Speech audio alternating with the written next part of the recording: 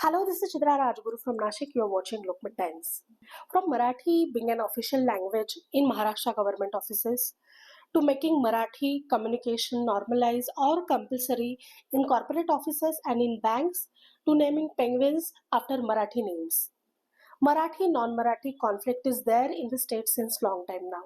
Adding up to this, Nashik RTO has come up with a different decision. Now it is mandatory for auto rickshaw drivers in Nasik to know Marathi, read Marathi and write Marathi to get their license renewed. So every 5 years, auto rickshaw drivers have to renew their license. While they visit now onwards to RTO office to get their license renewed, they will have to go through an exam. This will test their knowledge of Marathi understanding and communication. And the license will be issued to those who can read, write, and understand Marathi. There are more than 20,000 auto rickshaw drivers in Nasik, and all of these will have to undergo the test.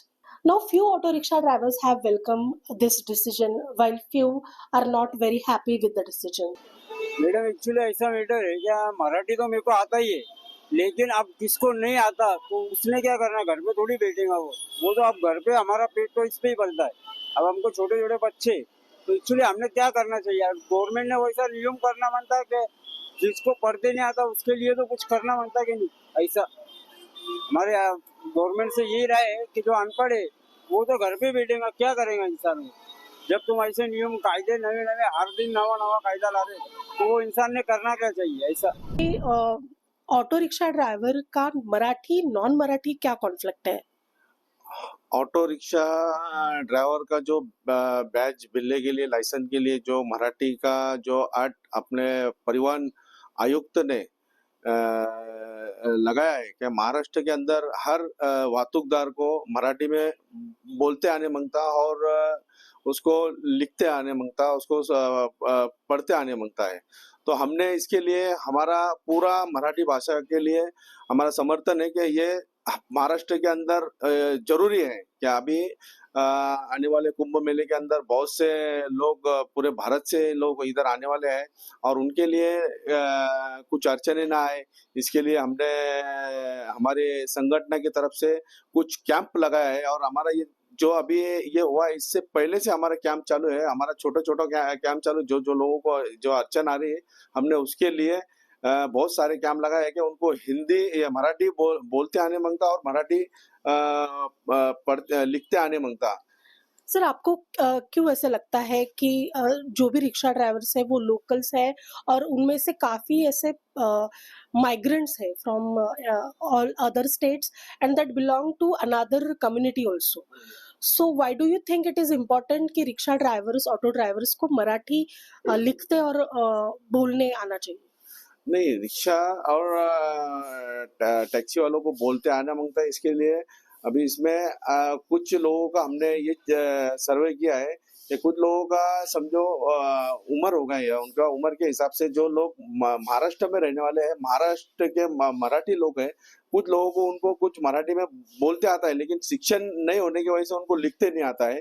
तो हमने उसके ऊपर भी हमने हमारा camp लगाया है और बहुत जल्दी इसके अंदर महाराष्ट्र के अंदर फर्क इसका दिखने को मिलेगा। और ऐसे जो भी लोग हैं, ऐसे मराठी भाषा जिसको लिखते नहीं आता है, पढ़ते नहीं आता है, तो उन्होंने हमारे से संपर्क करना है और हम उनको उसका पर्याय बता के उसका 100% काम करके देने की हमारी इच्छा है।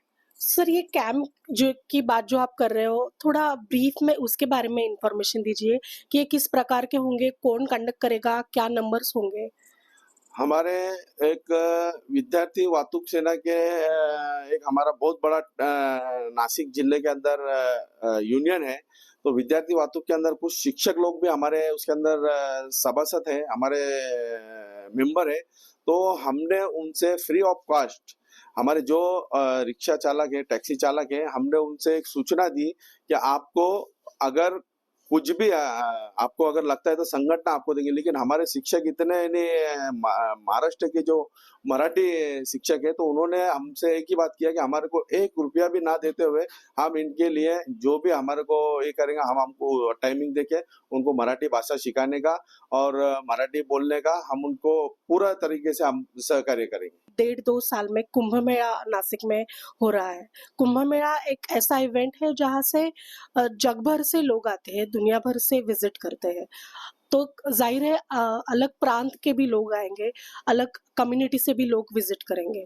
तो आपको ऐसे नहीं लगता कि ये सिनारियो में ये डिफिकल्ट हो जाएगा कि अगर लोकल ट्रांसपोर्ट जो माध्यम है, लोकल माध्यम ऑटो रिक्शा, अगर ऑटो रिक्शा ड्राइवर सिर्फ मराठी में बात करेंगे तो क्या ये फिजिबल होगा? जी नहीं, इसके अंदर ये जो है ये कुछ लोगों की गलत फहमी है कि मराठी के अंदर ही बोलेंगे, लेकिन महाराष्ट्र का जो मराठी मानुस है वो हर भाषा जानता है। और जैसे कुंभ मेले की बात है तो कुंभ मेले में जो तरीके के लोग आएंगे वो तरीके से वो उनको बात करके उनको ये अभी जो निकला है कि इसका मराठी भाषा में बोलने मांगता, लोगों को कुछ गलत फहमी हो गई कि मराठी भाषा में, लेकिन हमारे जो रिक्शा चालक है, टैक्सी चालक है, वो हर भाषा का उनको नॉलेज है और वो भाषा के अंदर वो उनको कन्विंस करेंगे।